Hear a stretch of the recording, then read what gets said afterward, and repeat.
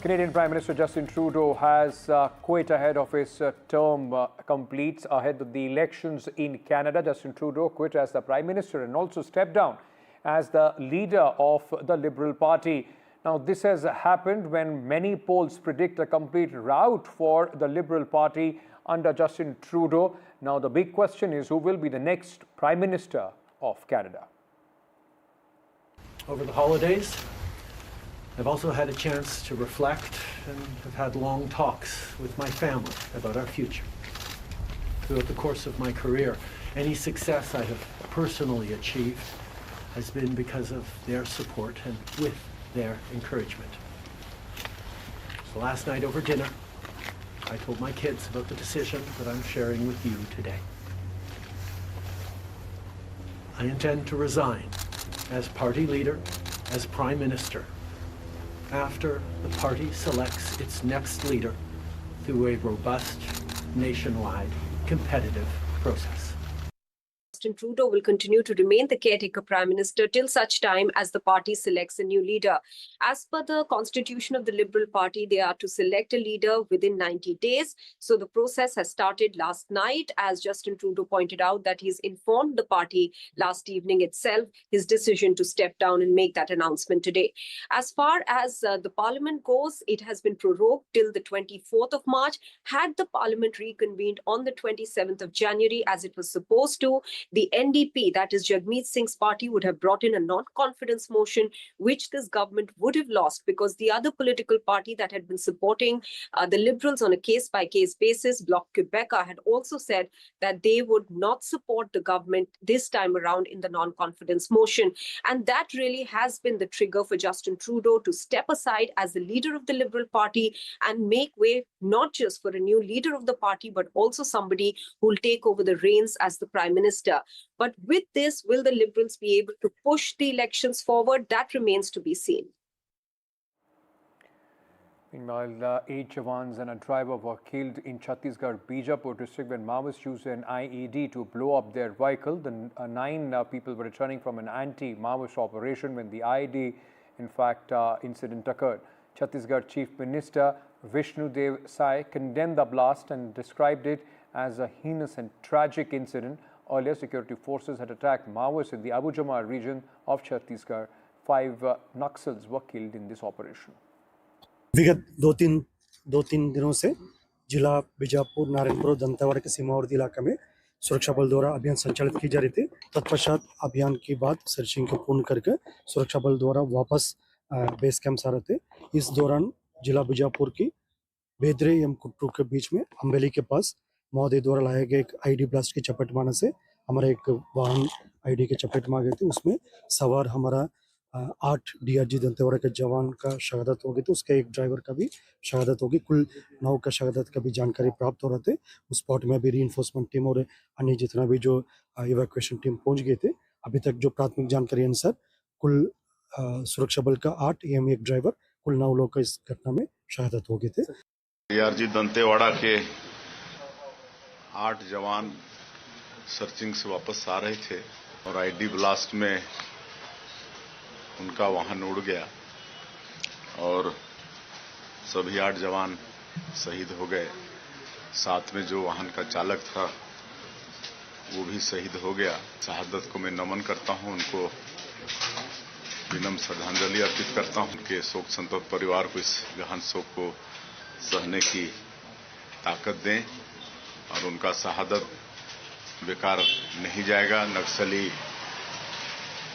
लगातार जिस तरह से उनकी पराजय हो रही है उसे बौखलाए हुए हैं और एक कायराना हरकत कर रहे हैं।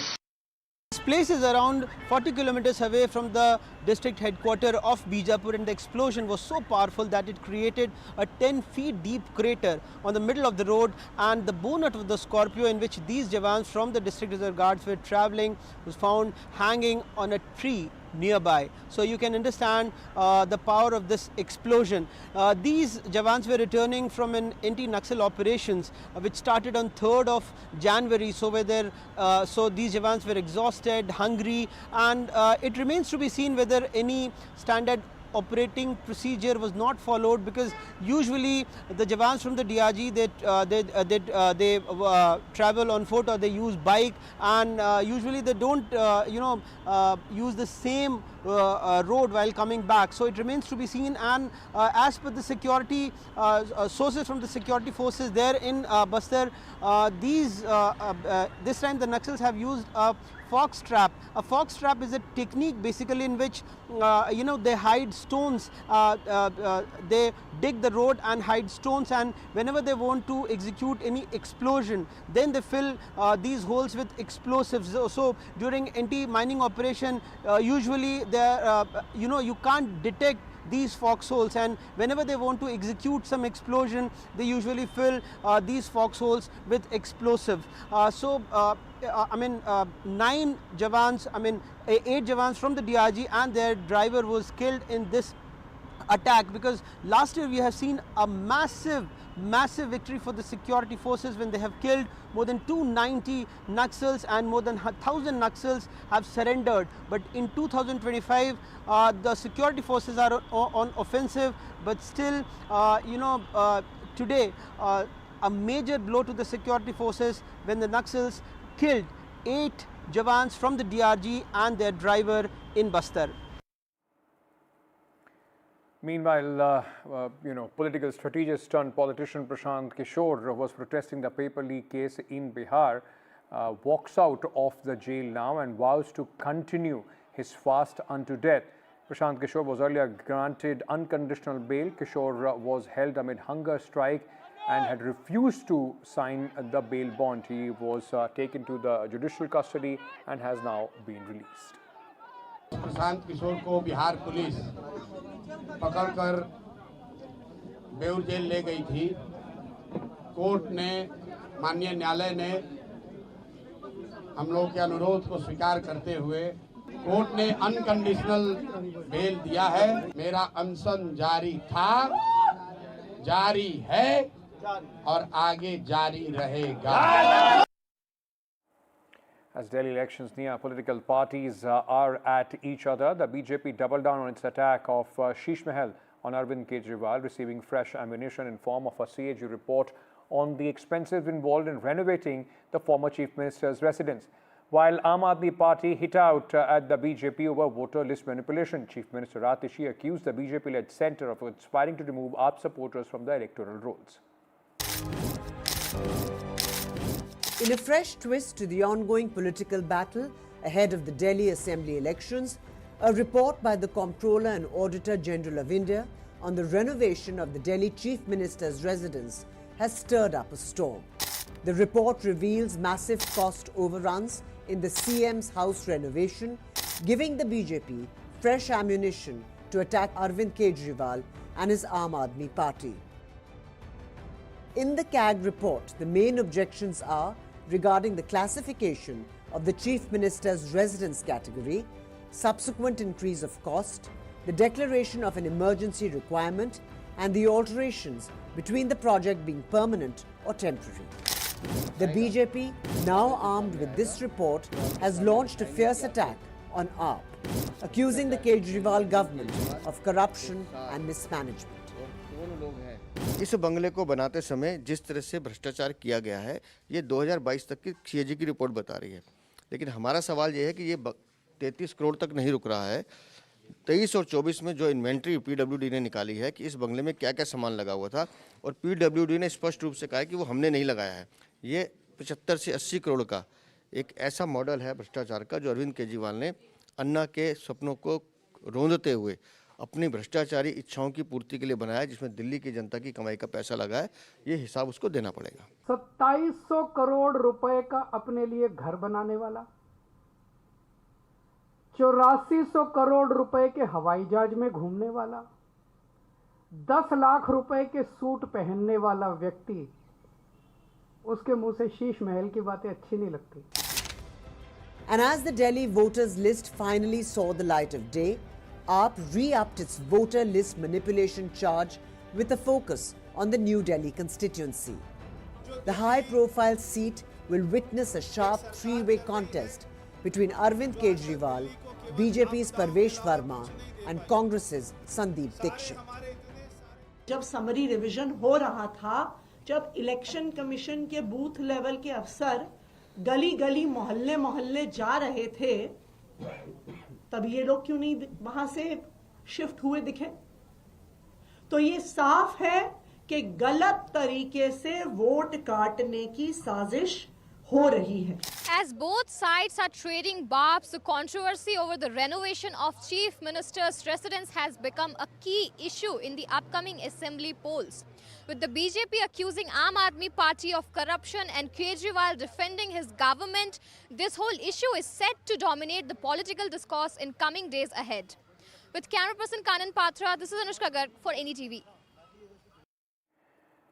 Tamil Nadu Assembly's winter session began on a dramatic note on Monday, with Governor R.N. Ravi refusing to deliver his customary address and walking out in protest of the national anthem not being sung at the beginning of the address. Chief Minister Stalin later called it childish and violated custom. The latest in the Governor versus Tamil Nadu government saga, that the ruling DMK has threatened to hold protest against Governor R.N. Ravi.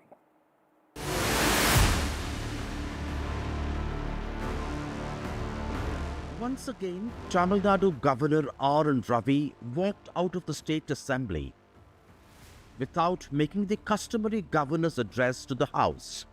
Like in 2024, this time he walked out protesting against the convention in the State Assembly, playing the state anthem before and the national anthem after the governor's address. Governor Ravi has demanded that the national anthem be played before and after. He took to social media, calling this a violation of the national anthem code and disrespect to the nation. Chief Minister M.K. Stalin called the governor's action as childish and undemocratic. We are singing the Tamil Thai word first, and at the end of the event, we have this procedure of singing the national anthem. So it is being followed. There is no question of leaving away the national anthem or like that.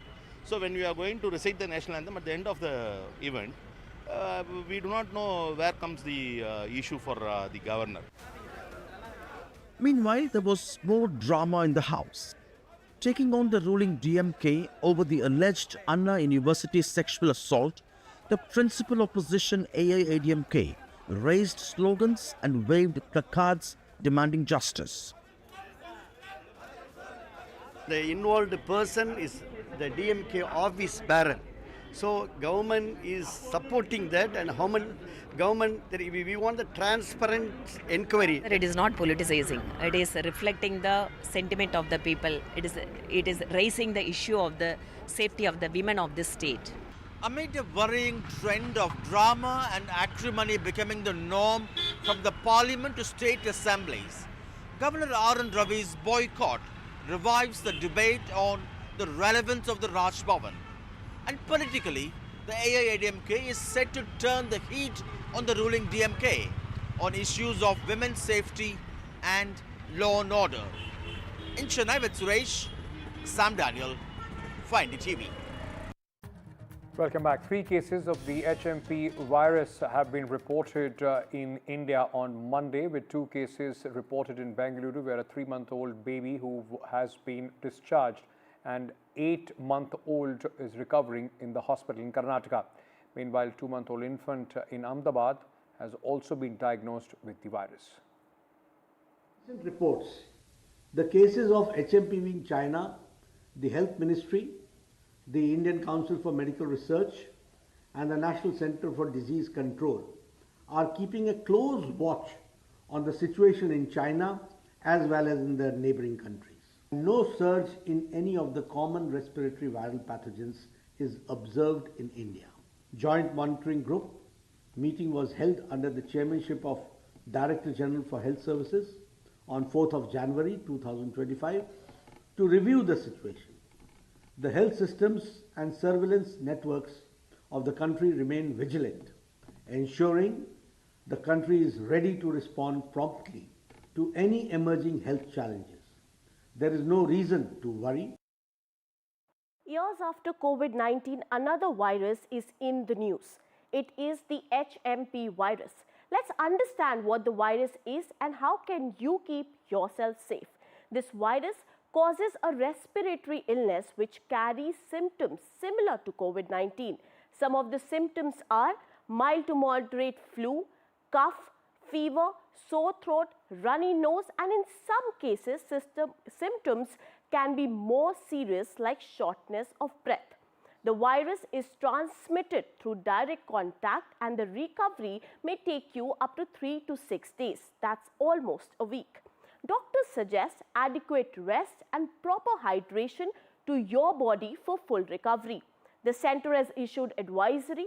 People are advised to not panic. There's an unusual surge in respiratory illness and our country is prepared to tackle the virus. This is what the government said.